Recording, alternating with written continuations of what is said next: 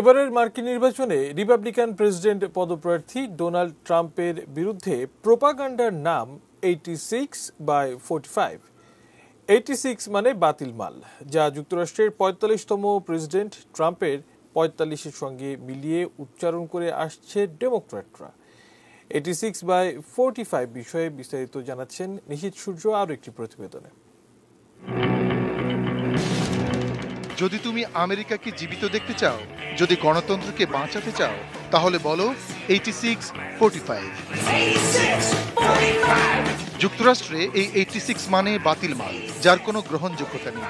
বিশেষ করে রেস্টুরেন্ট এবং বারে পচে যাওয়া খাবার এবং পানীয়র ক্ষেত্রে এটি গালি হিসেবে ব্যবহৃত হয়ে থাকে, যদিও এর উৎপত্তি কবে কখন তা জানা যায়নি।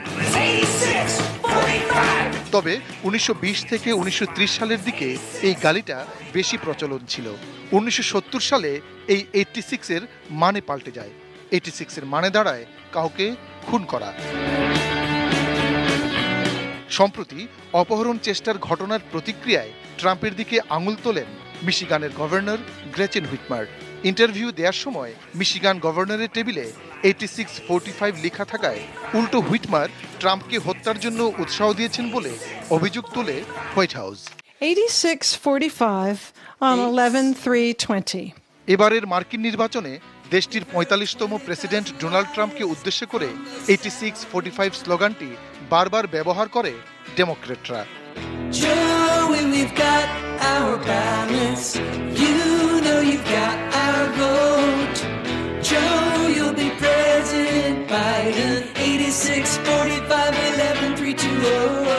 নিশীথ সূর্য, ডেস্ক রিপোর্ট, 18 নিউজ।